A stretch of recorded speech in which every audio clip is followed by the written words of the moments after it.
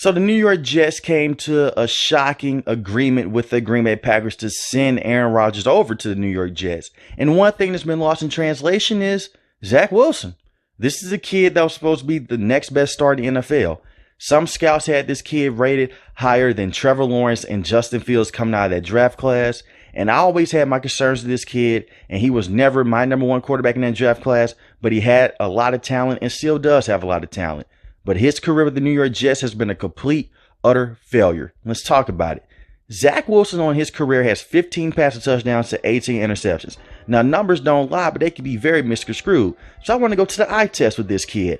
What happened that was so bad with Zach Wilson, and why is Zach Wilson such a bad quarterback in the NFL? Part of it is the New York Jets' fault. You drafted a kid that was not that great in the first place. It doesn't translate over to the NFL. Now, he was a beast at BYU, don't get me wrong, but he was babied at BYU. He was rarely touched in that offensive line, was amazing at BYU, and the off-the-script plays that he made, he was able to make those plays because he wasn't going against the same defenses in college he's going against in the NFL. His read and react and processing when it comes to being on the field just isn't up to par with the guys at the NFL level. He isn't a quarterback that can read and react quickly.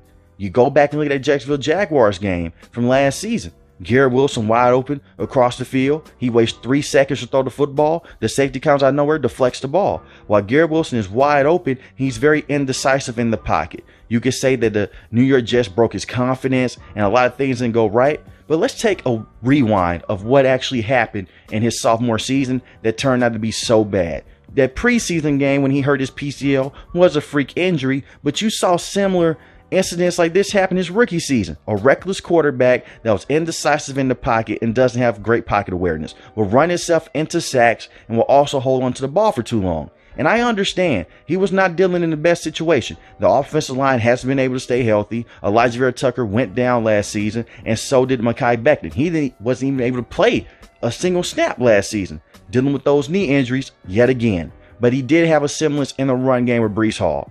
And Breece Hall, unfortunately, tore his ACL. And that's when Zach Wilson got exposed. He could not do anything on this offense, and he looked very anemic. It got so bad they put in Mike White. And he didn't even start the season because he missed a few games dealing with a PCL injury. So Joe Flacco had to lead the way.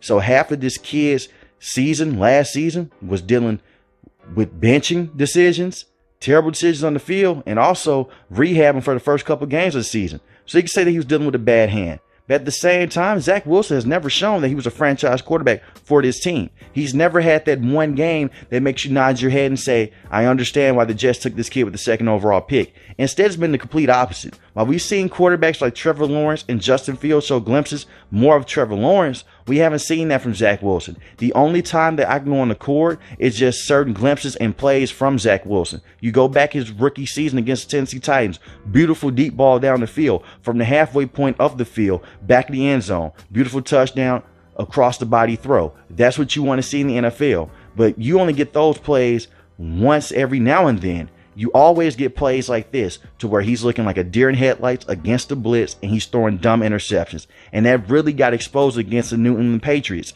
That second game against the Patriots last season is when a lot of people were shaking their head and basically saying the New York Jets may have to cut bait. The second half against the Patriots was one of the worst offensive performances I've seen from a team and a quarterback in general.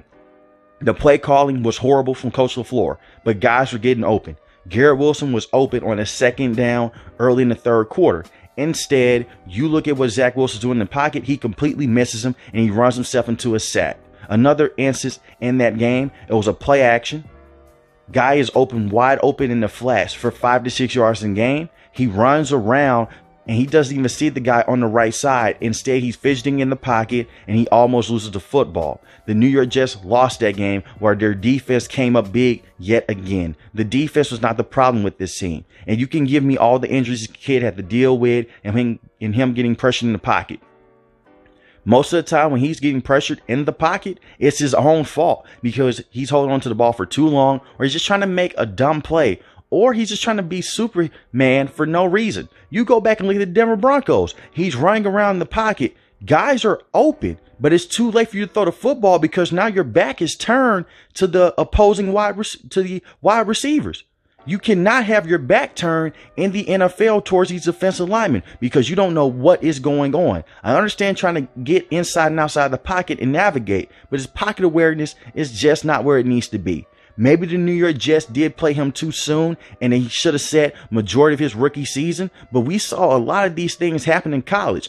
And just because he made good plays out of them doesn't mean that it was going to work in the NFL. A lot of people overrated this kid coming outside of college for the simple fact that they saw elite traits similar to Patrick Mahomes. Being the next Patrick Mahomes is harder and easier said than done. A lot of guys are very good under pressure in the NFL. Some guys are just not. Zach Wilson isn't good with blitzes. You go back and look at the Belichick games that he's had to play in, he struggles against those blitzes. And against the Pittsburgh Steelers in the fourth quarter, he was able to dial up a nice drive against that team. But when they blitzed him, we saw him yet again look like a deer in headlights. The offensive coaching staff was not perfect with Coach LaFleur. It was one of the worst offensive staffs in all of football. The red zone efficiency was not there, and they left him dead to rights in the red zone, chalking up little to no help in production. But you go back and look at that Buffalo Bills game. That was Coach LaFleur's best game play calling wise. It was a lot of dink and dunk routes down the field, and he came up with a very innovative play close to the goal line to get a touchdown to the running back. And I understand that it's a lot of sidearm throws that Zach Wilson can make. But I want you guys to also know it's another side of this argument as well. When Mike White came into the game, the offensive efficiency in the red zone was still bad, but it was better than what it was with Zach Wilson. Mike White came in and gave this team a huge boost, and they believed in Mike White. Mike White got this team to a certain point. They maybe weren't winning how they needed to win football games, but he didn't cost them football games as well. And you go back to when Mike White got hurt and Zach Wilson had to come in and start against the Jacksonville Jaguars. He got benched late in the game for Chris Streveler. And the offense got a major boost because it was different. And Chris Streveler is a different type of quarterback, similar to Taysom Hill in ability. But why are backup quarterbacks coming in looking better than your first round pick that you rated so highly coming outside of college? I understand a lot of things have to go right for quarterbacks to be in place in the NFL. I really do. But this kid is just bad. And the excuses I'm seeing for Zach Wilson doesn't make any sense. We've seen other quarterbacks in the NFL do more with less than what Zach Wilson has. And in the NFL right now, he just isn't a good quarterback. And I believe the New York Jets may have to cut bait. Trade this kid away for a late round pick or just possibly let him ride out his contract and don't re-sign him. I don't see this team exercising a fifth-year option because what a lot of people aren't realizing right now, he's going into his third year. And more than likely, he isn't going to see the field. The New York Jets' biggest concern right now is not developing Zach Wilson. That's been put on the back burner. The biggest thing right now for the New York Jets, and especially Robert Saleh, with the quarterback talent they have now, is to make the playoffs with Aaron Rodgers and possibly make a Super Bowl run. Zach Wilson is the least of their concerns right now with that loaded roster with the guys they have on defense, especially with guys like Sauce Gardner, who has shown that he can be a premier corner in the NFL, and also with the guy they have on offense as well, and Garrett Wilson, who's still managed to put up 1,000 yards despite getting the football from Zach Wilson and Mike White. And they also have an emerging star who may have won Rookie of the Year last year on the offensive side in Breece Hall, who is a beast of a running back. And Elijah Vera Tucker is a good tackle to have. So they have weapons on this team. The offensive line is still shaky, but I don't see in any shape or form that Zach Wilson gets better or will even touch the field in the next couple of years. If Aaron Rodgers decides to stay for the next 2 to 3 years, that's going to push Zach Wilson over his rookie contract, and you can't justify exercising a fifth-year option for a guy that only has 15 passing touchdowns to 18 interceptions, and it's basically costing you football games. And teammates, to be quite honest with you, turned their back on him when they started wearing the Mike White t-shirts, and they were in full support of going with Mike White. The teammates may have not said this in press conferences or in interviews because they are professionals, but you look at those guys on the field, it was a boost of energy when Mike White was in the game, and it was a lack of team morale when Zach Wilson came back in that Thursday night game. Guys were not running their routes the full way, and they just looked discouraged. And when they put Chris Streveler in, wide receivers are finishing out their routes, and those guys look happy to play.